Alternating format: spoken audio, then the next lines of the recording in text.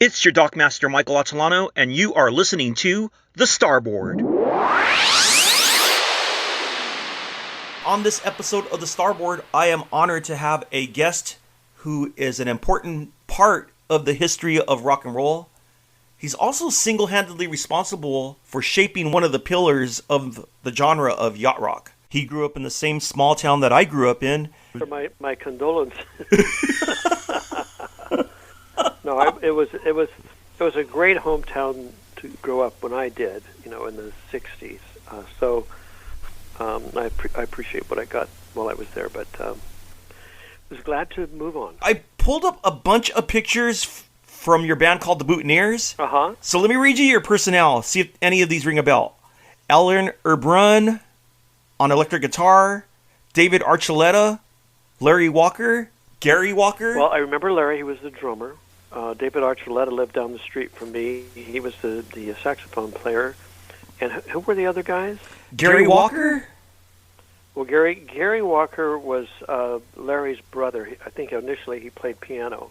Well, there was also two other people who came just later and became part of the Jesters, and that was Ron House, who played bass, and then Steve Lewis, who was the drummer, the first of the Jesters. And then as time went on, and I got into my junior and senior year, especially Jim became very serious about college, and his dad was a lawyer, so it was like, okay, out of rock and roll and back into the books. So Jim actually started taking his education more serious. I know those were during the days when the Beatles hadn't arrived yet. So what were you listening to at that time musically? Who were you inspired by? Well, I think from when did I go into high school? Probably 61. I had been listening in the 8th grade to groups like The Ventures and groups like, Dwayne Eddy. I loved Elvis Presley's guitar player, Scotty Moore. And I also liked Ricky Nelson's guitar player, who was James Burton. And then as I got a little older, I started listening to groups like The Champs. And interestingly enough, in The Champs was Dash Crofts, who was in Seals and Crofts. Jimmy Seals played the saxophone on Tequila. They were sort of like the original rockers back, when I was a kid. So The Champs, and I loved Freddie King. But I was also very influenced by what my father and my mother used to listen to. My mom was raised in Texas. My dad, when he was married to my mother, he had a little band, and they had like a guitar. They had 2 guitars and a lap steel, so they were kind of that country swing, Texas swing. Bob Wilson, the Texas Playboys, and Spade Cooley, and all of those influences were around my house. The Hank Thompsons, the Lefty Frizzells, the Collins Kids, Joe Rosalie Maphis. All these guitarists were really interesting to me growing up when I was, 9, 10, 11 years old. So by the time I, hit high school, which I started early at 13, that was the time I started putting together the Boutonnieres. So I was already into having a band by the time I was 13 years old, and by the time I, started high school, I turned 14 that year because I graduated when I was 17. I played music all through high school. Played in my own bands, which is weird. It's hard to think that I had a band, but I was the only one who knew how to organize, I guess. So, I'm the one who picked the songs and the musicians and called the rehearsals and all that stuff. And oddly enough, at 73, I'm still doing that. So I guess I was meant to do that. As things progressed, you began moving on from high school dances and into the recording studios, from the Boutonnieres and into the band you had known as the Jesters. Let's talk about the Jesters, the transitional process, and some of those recordings. Jim Messina and the Jesters, the Dragsters, was cut at Audio Arts recording studio in Hollywood. That was owned by Madeline Baker, who eventually, within a year or two, became the publisher of Jimmy Webb's music. Jimmy Webb and I went to high school. He was a year ahead of me. And that's where I cut that album. I didn't know that was the case until years later when I actually became a recording engineer and went to work there for a while, and I realized, this is where I recorded my first album.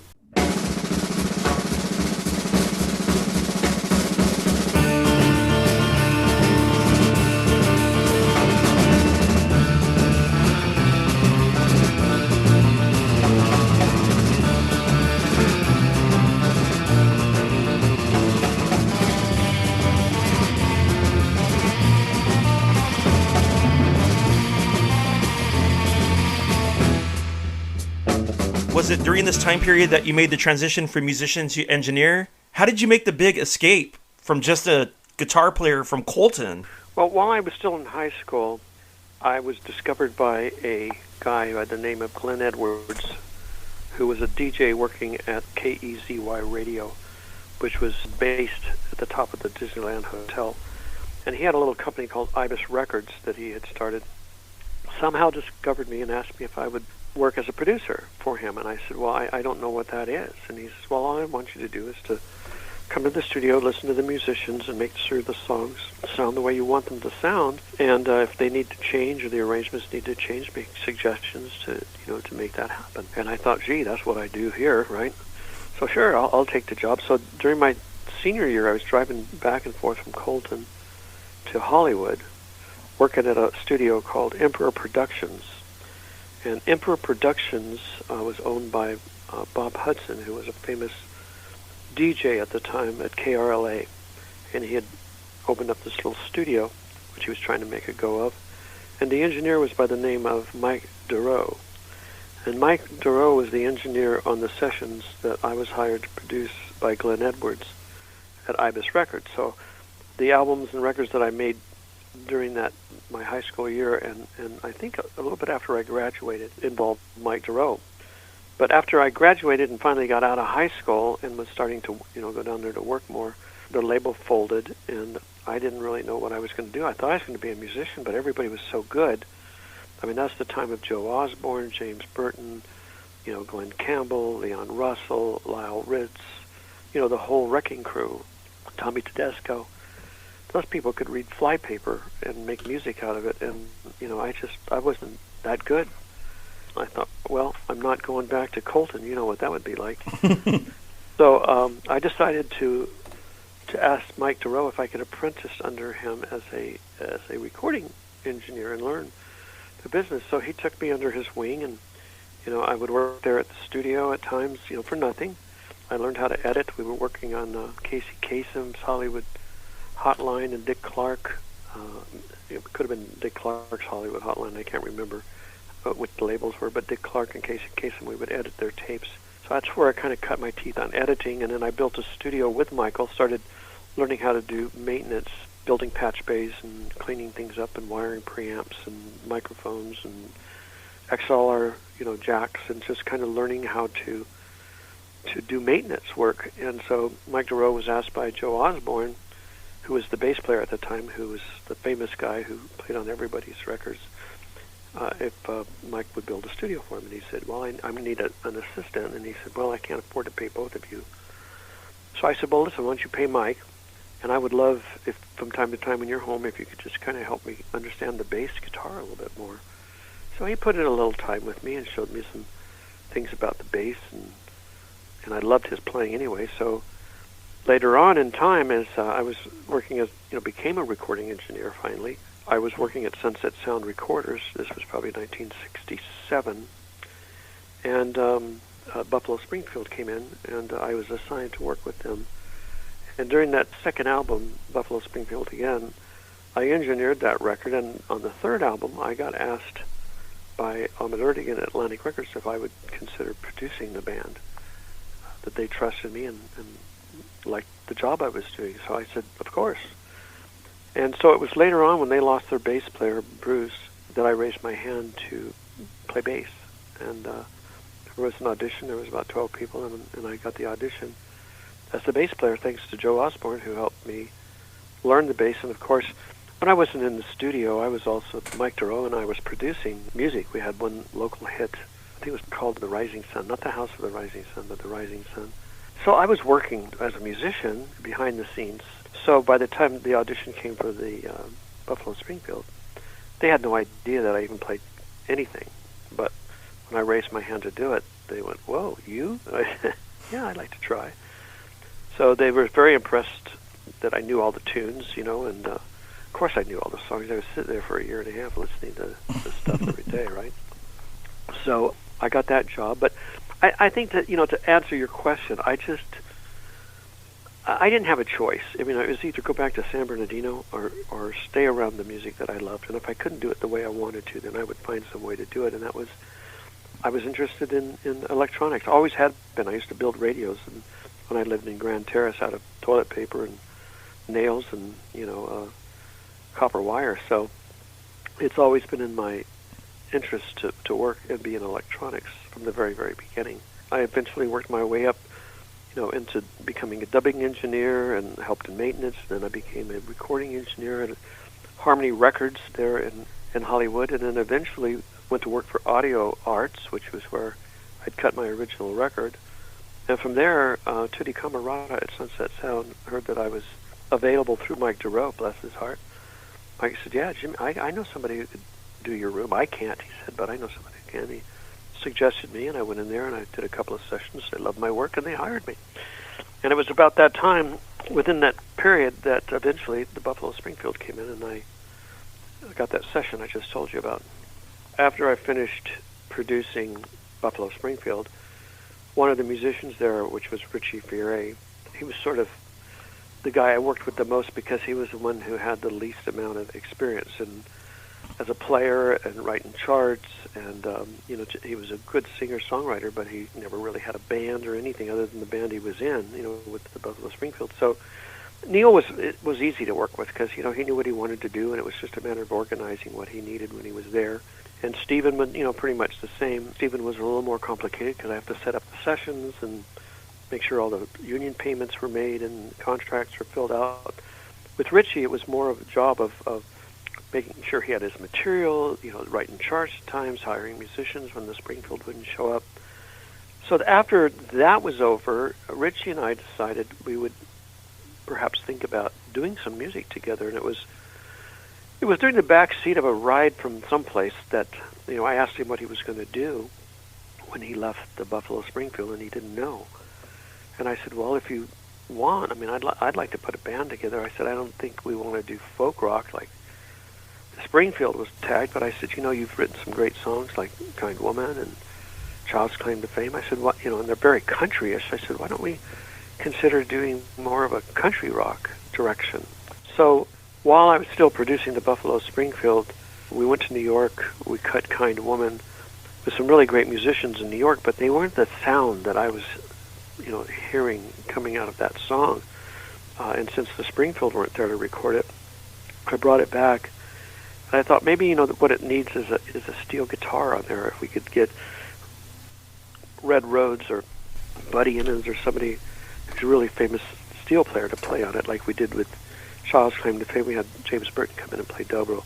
About that time, our guitar tech had suggested that maybe we consider a friend of his that lived in Colorado. His name was Rusty Young, and he said he was a young protege steel guitar player, and that he was around our age, and maybe it would be better to have somebody our age playing on it.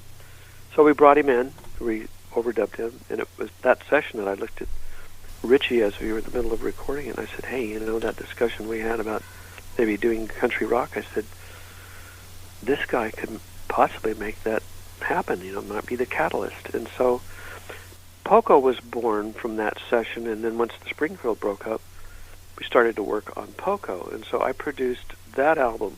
I produced 3 albums with them, Picking Up the Pieces, Poco, and then Deliverin'. And after I finished that project and toured and performed, that was around October the 31st, 1970. And it was that summer of 1970 while I was producing and touring with the Poco that I met a man named Don Ellis who had a friend named Dan Loggins who had a little brother who was a singer-songwriter that they wanted me to meet. So when I got back into Hollywood after the October engagement, I finished. Paul Cotton took my place. And then Kenny came to see me around, I want to say late November, early December, and wanted to know if I wanted to produce him. So, by doing the Springfield, doing Poco, and of course other projects that I had done outside of that got me prepared in order to do that kind of work. And by now I'd already been an engineer for a little while and had built studios and knew a lot of musicians. So it was just a way of life for me. I never thought any of it would ever bring any major recognition or stardom. I was more interested in being the best at what I could be and be the best at what I could do. One of the songs that's always brought up in our Yacht Rock group is Crazy Love by Poco, even though it ranks underneath the yacht certification. I'm not sure if you're familiar with the Yachtski scale, but what that is, it's a scale that determines whether a song is Yacht Rock or not. And believe it or not, you have 4 songs that are certified Yacht Rock. New and Different Way, Love Is Here, We've Got to Get Back, and Money Alone. All 4 of those songs are certified Yacht Rock. Those are some of my favorite songs I did in this song. I'm glad that they're being appreciated, quite honestly. I'm going to write those down because I have a new group that I'm putting together. Well, interestingly enough, Gotta Get Back, I co-wrote with Patrick Simmons of the Doobie Brothers. It's one of my favorite lyrics because it's a song that kind of is looking at time at that point. You know, the Love Generation was really the Beatles. Their music was so positive. It was about growth. There was very little negativity into it, but there was a lot of, as you know, negative energy going around at that time. But that was just one of those things, looking out an airplane and seeing how at one point in time, from California to New York, there were only about 3 spots that lit up. But if you could look out, you could see Las Vegas as you went by. You could see Chicago. You could see New York. But a lot of times it's very difficult to even see a city down there so lit up. But nowadays it's almost, you look down, it's this is constant light wherever you go. We gotta get back to the love that used to be. Moving ahead, giving each other room to breathe. This could be the moment that could change the world we see. We gotta get back to you and me.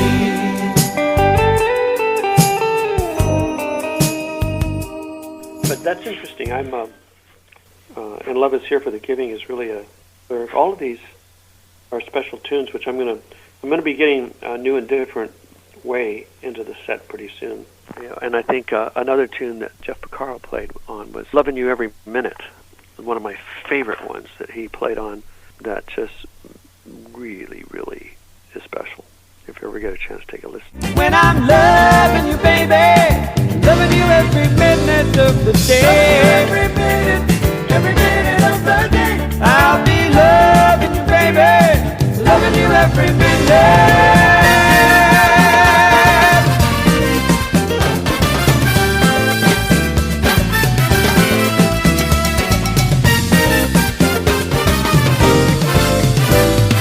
Loving you, baby. You're actually leading me into the direction that I wanted to go with the next question. I wanted to fast forward from the Loggins and Messina albums. I know you made a number of them with him. And talk about your solo albums. Now, I gotta say, Oasis is one of my favorite albums.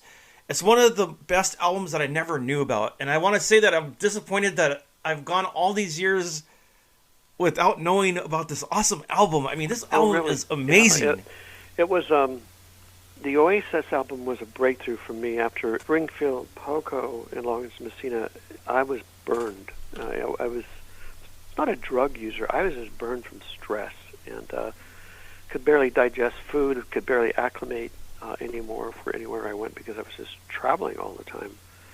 And, of course, you know, when you're away that much, the woman I had married, who we were very much in love, we just drifted apart. And, of course, the divorce came before that album. So it was an album for me of a reawakening and a reestablishing my compass in terms of feelings and emotions.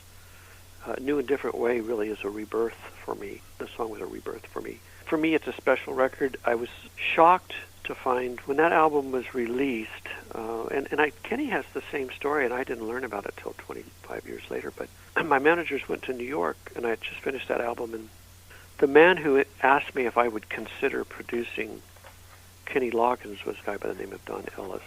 You know, he said, this kid's really talented, and, you know, would you work with him? And so, you know, by the time I made that decision, and that's a whole other story, but, you know, I finally did decide to work with Kenny and help him get his career. And, you know, at the time he was a singer-songwriter, never had a band, an attorney, nothing. He was just a raw diamond in the rough, needing a lot of time and attention. Fast forward to 5 years later, 6 years later, and actually more, because I released that album in 1979. Kenny and I broke up in 76, and we started in 70, so 9 years later. This guy is now head of A&R for Columbia Records. The place that he got his start from bringing Kenny Loggins to me and Kenny becoming a success. So they're in the office with him, and they're playing the record, and he listens to it, and he goes, you know, I'm not sure I like this. And the manager says, why? I mean, it's a great album. They said, well, it doesn't sound like Loggins and Messina. And they said, well, I don't know if you're aware of this or not, but Loggins and Messina has been broke up for almost 4 years. You know, that's Jim Messina. So in 2005, when Kenny and I did our reunion album, you know, that's 76, 1970, 2005, I'm asking Kenny, I said, so what was it like to release your first record on Columbia? And he goes, oh, it was really weird. And I said, why? And he said, well, you know, Don Ellis, remember Don? I said, yeah. He said, I played in my record, my manager did, and he didn't like it. I said, really? I said, why didn't he like that? I mean, that was a beautiful record. Celebrate Me Home was a great record. He says, it didn't sound like Loggins and Messina. I said, I had to start laughing. I said, well, he gave me the same response, but the sad part of it is that when a record executive starts bringing in their own personal judgment about what something should sound like or shouldn't sound like, when it's really the audience, it's the fans, it's the people who bought those records that we're all indebted to in terms of A, getting a new product, and B, keeping the quality there, right? He totally neglected that. So what happened for me was I was so shocked by that response that I went out, put my own money in, and promoted the record. Ended up selling about 150,000, close to 200,000 copies, which was almost the same amount that Kenny and I sold on our very first record that launched our career. So I think in my case and in Kenny's case, had that particular person just done his job, we would have benefited so much more in terms of our fans getting a chance to get our music out there and to them. And I know in my situation, it would have been a great help to have had, you know, his support and the record label support, which has always been there before. So, you're always going to run into a bad apple, and you can't blame it. But I appreciate the fact that you enjoy the record, as so many fans do. And I'm starting now to, now that I'm out performing more, I've added a keyboard player. We're going to go ahead and start doing songs like New and Different Way or Love Is Here for the Giving or one of those other songs that are, a couple of those other songs. I got to keep a good balance between Springfield, Poco, and Loggins and Messina and with my solo stuff because a lot of it is so new for them. I got to ease it in on there, you might say, you know. Ecstasy in flight. So when you feel the time is right, well, I'll be ready, waiting on you.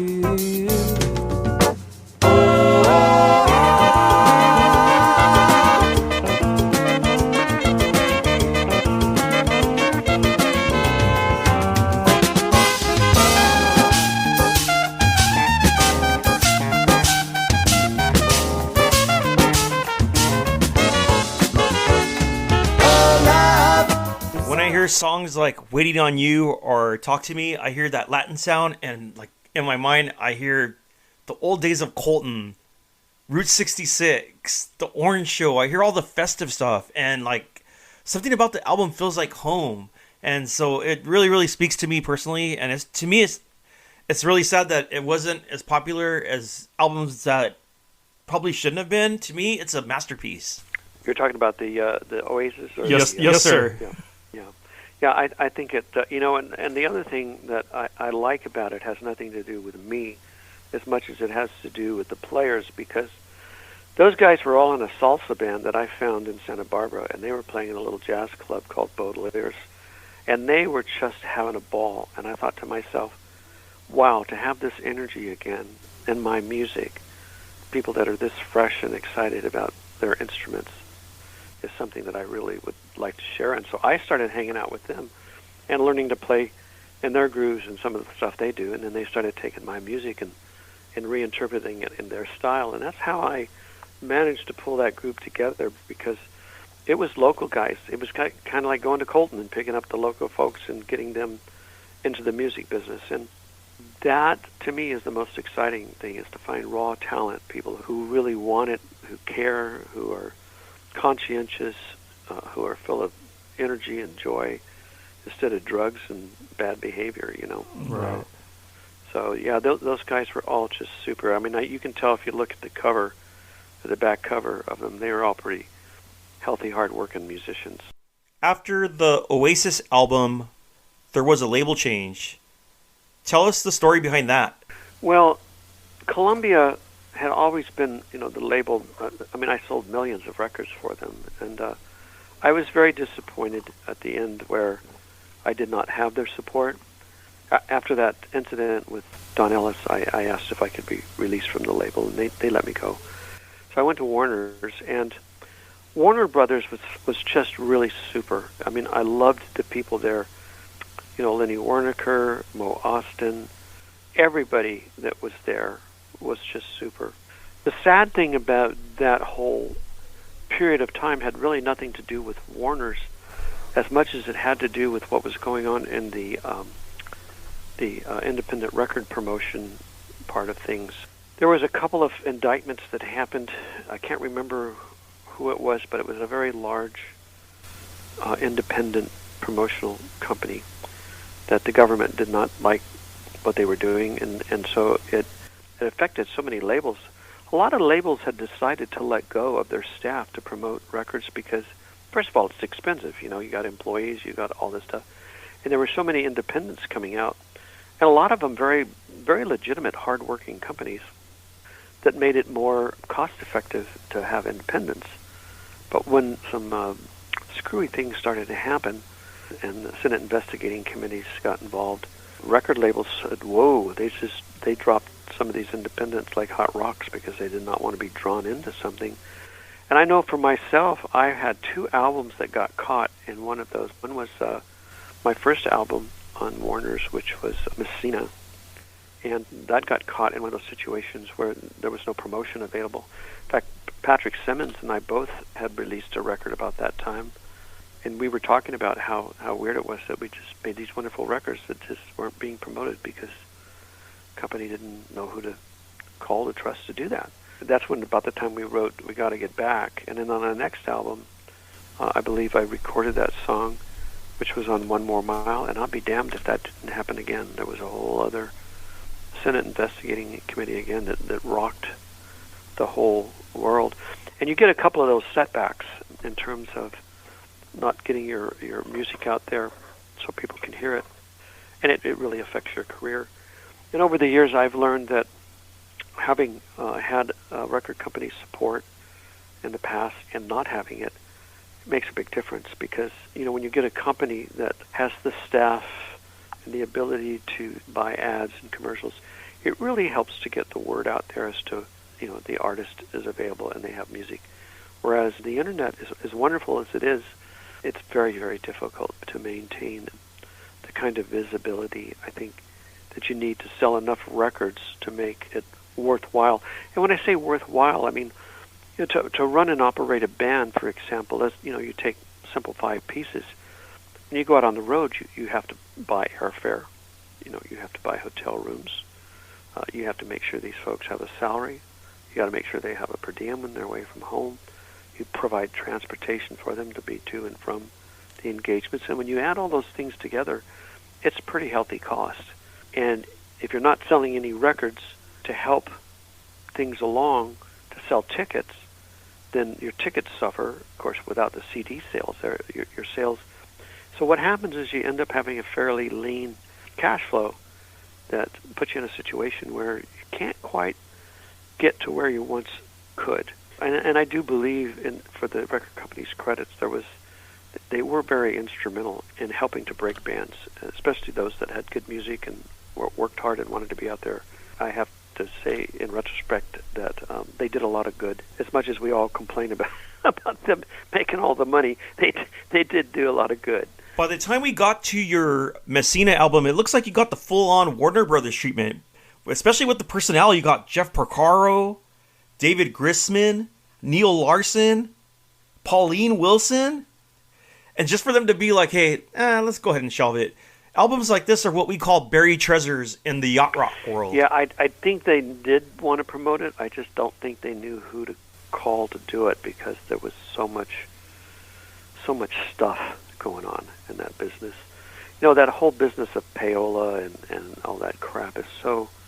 I mean, it's in every business, but when it comes home and it hits what you do for a living, and you kind of see how it can be an issue, it affects other... I mean, some people don't mind doing that. That's just how they want to do it. It's not healthy, and it really affects everybody. And in the long run, what it does is it pays to have music played that probably isn't as good as some of the music that's out there that could be promoted, that would do a hell of a lot more good to society. But we don't think that way. It's about profit, and that's a sad statement, isn't it?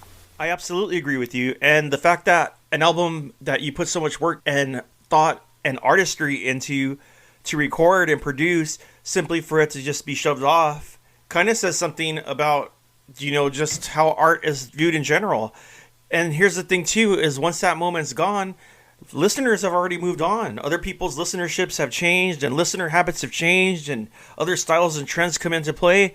Mind you, 3 months go down the line, 6 months go down the line, between your Messina album and One More Mile album, that's 2 years. Completely different styles. Now, mind you, it's a change in direction that you did on your next album, and rightfully so, because you're an artist and that's what your intentions are. You don't want to make the same album over and over, especially 2 years later. Exactly.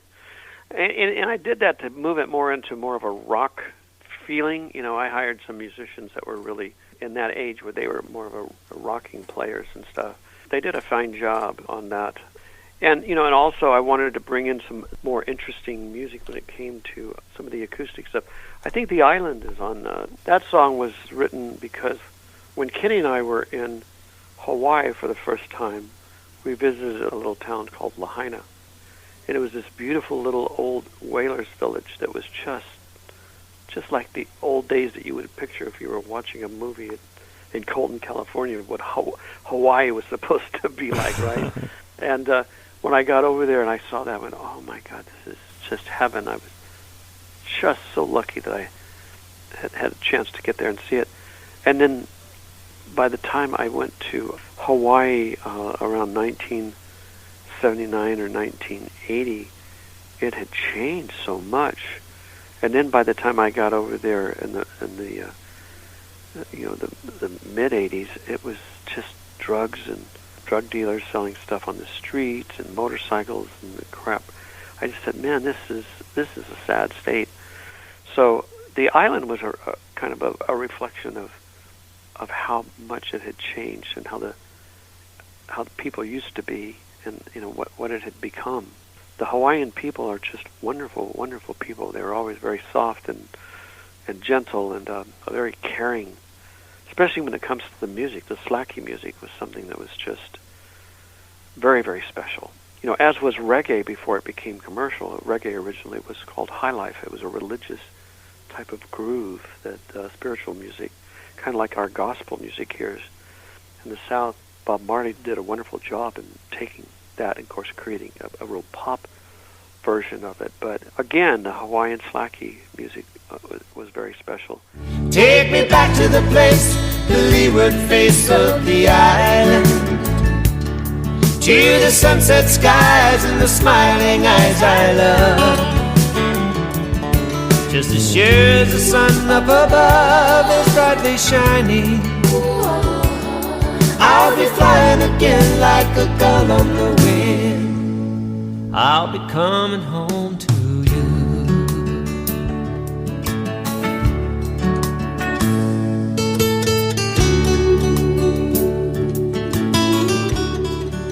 But to see it, the island become overrun with civilization in not a very good way was not fun, and that's what the island was about. It's just that things get too crowded. I think we have a tendency to overbuild. I think Joni Mitchell talked about that when tear down Paradise and put in a parking lot. It's kind of an interesting metaphor for what we're talking about. Moving forward from your solo albums into the late 80s, let's talk about the Poco reunion and the recording of the Legacy album. That was fun. That was a fun record to make. The interesting thing about that record was that when we decided to actually produce that record, another album was being produced at the same time. It was called Forgotten Trails, which was a compilation album being put together by CBS Epic Records when we were there. And it was basically a box set of all the Poco stuff.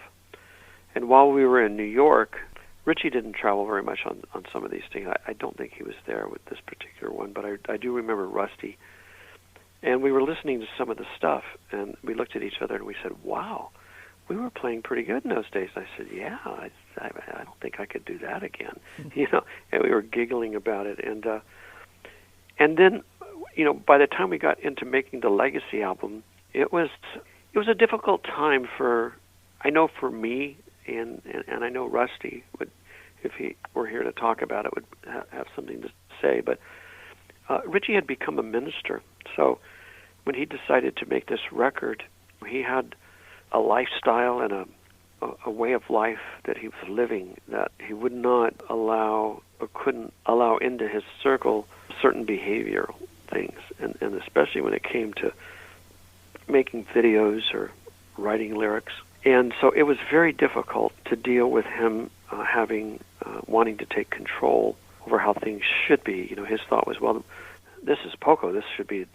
We said, well, it is Poco, but we've all evolved. Randy's had hits with the Eagles. Jimmy's had hits with Loggins and Messina. Rusty's had hits with Crazy Love. And it's important that our fans know that and that we put it in our set. And then when it came to recording the records, he wouldn't allow Call It Love to be released because he didn't like a certain lyric in there. And so it wasn't going to go on the record, and I finally talked to the manager. I said, listen, give me a shot. If no one can figure this out, give me a shot to rewrite some of this stuff, and hopefully he'll accept it. So I rewrote, I can't even remember what it was at this point. It was in my mind, it was so insignificant. We came to one of my songs called Look Within, which I written that song after going to see Richie a number of years earlier to his first sermon near Riverside where my parents were. And I figured, well, my parents there, I haven't seen him in a while. I'll go spend the night with them, go see him do his first sermon, support him. And I walked away, and I was sitting with my mom talking with her, and she said, what were you doing? I said, well, I saw Richie do his first sermon. She said, oh, that's nice. She says, we're having a hard time finding a church to belong to. And I said, what do you mean? She says, well, every church we've gone to someplace else. This last church we went to a place where people prayed out loud. You stood up and you prayed for what you wanted to do. And she says, I was sitting there praying about you and your sister. And she says, I couldn't hear myself because everybody was so loud. And I said, how could God possibly hear me if I can't even hear myself, right? So I started to grin, and I said, Mom, I said, you know what? Prayers are interesting because it's like ryegrass. If you plant ryegrass and you water it in 2 or 3 days, it'll sprout. I said, but if you want an oak tree, you got to water it for a long time and cultivate it and take care of it until it finally blooms, and then you have to be careful with it until it gets a chance to get established. And I said, prayers are that way. When you pray, it depends on what you pray for as to how much time and how focused you are, and they're like seeds. So I wrote this song called Look Within. It was after having spoken with my mom and seeing him. And I'll give you a little bit of the lyrics. When you're down and feeling low, there ain't nobody and no place to go. Don't feel alone because you have a friend. Look within. So many times we go astray and we need somebody to show us the way. Well, don't feel alone because you have a friend. Look within. Within every soul there was left seeds of need, as in the soil of the earth they are concealed. And prayer is the rain to make them all grow, so water them well, and they shall yield. And don't be sad, and don't feel blue, because there is somebody waiting for you. Don't feel alone, because you have a friend. Look within. Within every soul there was left the seeds of need, as in the soil of the earth they are conceived. Prayer is rain to make them grow.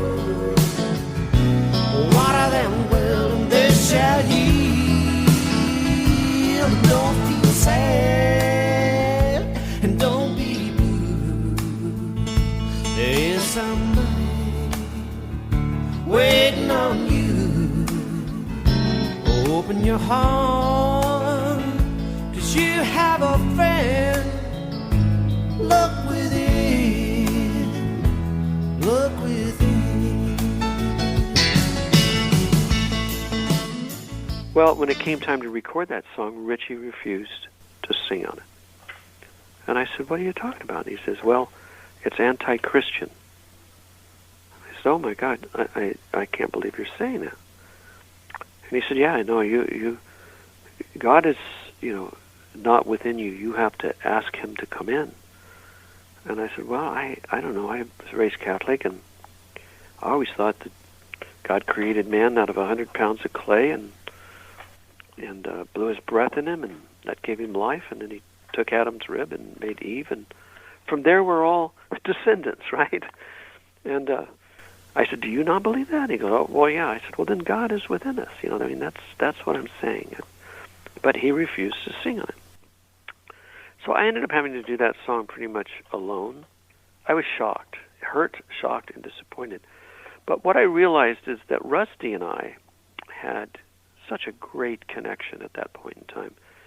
And it was mainly Rusty and I, because Randy was there a little bit of the time. Richie did his stuff and left, and George was ill at that time. Rusty and I ended up finishing that record, and we had such a good time playing, and I had such a great time hanging out with him, and it was fantastic. It was a needed experience, I think, for the two of us, because when I left, he obviously wasn't happy that I left the band in 1970, and here we are in 89, and rekindling our friendship, and then just to add a little point to that, I recorded an album called In the Groove, I think in 2015 or 16, and I invited Rusty to join me and sit in with me. It was another time where we got a chance to play together and revisit some of the songs that we had done, like Kind Woman, and finally record it with all the correct measures in it, and Child's Claim to Fame, we did that, and I had him listen to a country song in Holiday Hotel,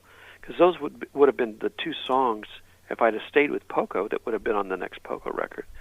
So it was nice to have him there to kind of finish that moment, and then we did some touring together. So that album, Legacy, was the beginning for me, even though there were some bad moments in there with my other pal, Richie, having a difficult time with us. I got a chance to heal a relationship with Rusty and begin a brand new one, which was fantastic. Do we tell the truth, or do we live a lie? Is the feeling good? Is that what makes you cry? When you say those words, look me in the eye. Tell me why you call it love. Interesting backstories. I do appreciate you sharing them. Look Within was one of the songs I was listening to before this phone call. For me, it's reminiscent to a country take on an Ambrosia type of song. Very well written. And to hear you say the lyrics and speak the lyrics, for me, it's like you're the prophet from Colton speaking prophecies. Well, I don't know about that. I try to allow my music to express feelings that I believe that are in many of us. I hope that through my music, people can refocus on what's important in their lives. I call it sympathetic vibrational magnetism, where you're drawn, where I'm drawn to my feelings and my emotions through my music, and it allows it to resonate in a way where I'm put into touch with that awareness. I don't believe in consciousness. That's kind of a psychobabble to me, but I do believe in awareness, because once you become aware of something, you can no longer become unaware of it. And it's through awareness that I believe we are able to create great things in our lives, whether it's in the creative arts, or whether it's in medicine, or whether it's drawing or building or inventing. I mean, that's that's where all the magic is, as far as I'm concerned, and where the miracles happen. To hear your stories behind your monumental recordings and career accomplishments, and also knowing that you and I both grew up in the same city, is truly inspiring, and I really do appreciate you being here on the Starboard. So let's talk about your upcoming shows, and what's your current touring schedule normally like? Well, I'm scheduled to start performing in September in Texas. I've got 4 dates scheduled to do there. And then I'm going out in October and November, a couple of really good runs then as well. But I like to try to do a couple of weeks a month. I don't like being out too long. Probably to get started again, I'll probably need to do at least 2 or 3 weekends in a row, just so we can get our feet back in the stirrups again. But I've got a new band that I'm putting together that was supposed to be subs, for my other band, but because of COVID, it just sent everything into a tailspin. And so in order to get up and get going again, I needed the subs because I didn't know if of all the guys that I had, whether they'd all be healthy or able to play, or because of the way this bug affects everybody so differently, I had to get subs. So I started working on getting subs for the whole band. It turned out as we started getting closer to performing, it would be so expensive now to bring in the boys that I normally work with, which are located in New York and in Los Angeles, that I said, you know what, I got to get these guys up to speed anyway. I think I'm just going to do these Texas dates because they're closer to Tennessee where I live than flying everybody from all over the United States. We'll just use this as a run to get everybody up to speed. So these first dates that I'm going to be doing, I'm going to do a show here on the 23rd to kind of as a warm-up date to get everybody back in the saddle again. I pulled the violin out of the band and replaced it with a keyboard player. Because as I move into the solo stuff, as you very well know, there's keyboards on just about all that music. Mm-hmm. And when I started doing solo work, not because I didn't want to, but I was just the only guitar player in the band. I just found having a keyboard player instead of another guitarist really lends itself to better dynamics, in terms of being able to move in and out. Allows me not to have to play all the time, so I can focus on singing. Gives me some support and chord structure that I need. I wish I could do both because I love having the violin in the band. Maybe one of these days I'll find a horn player that can double on violin, and then I'll have it made. I really do thank you for being here on this podcast. And I know I keep going back to it, but there's been 2 people I've heard the legends about the most growing up. Well, 3 if you add in Jimmy Webb. But the first is Ken Hubbs, and number 2 is Jim Messina. That's right. Yeah, Jimmy Webb. I'm trying to think, was there anybody else from that area? Not that I can think of. But I also want to thank you because I have to tell you, I really never gave much thought to the Yacht Rock thing other than being a practical joke. And you've kind of you have opened my eyes to the fact that it's a lot deeper than that. And it sounds to me like, there's a humorous twist to it all. You guys are very serious in the music that you explore and want to hear. Thank you for opening my eyes today. It was kind of you, and I also appreciate the fact that you looked a little deeper into my music other than just the song titles. Jim, I'd just like to thank you once again for joining me here on the Starboard. And if you're interested in finding out more information on Jim Messina, look up his website, www.jimmessina.com. There you can find all of his information on his past projects, his current works, and his upcoming tour dates. To find out more about the Starboard podcast, look me up on Facebook. That's Dockmaster Mike on Facebook. And there you can find links to our guest and to our past podcast episodes.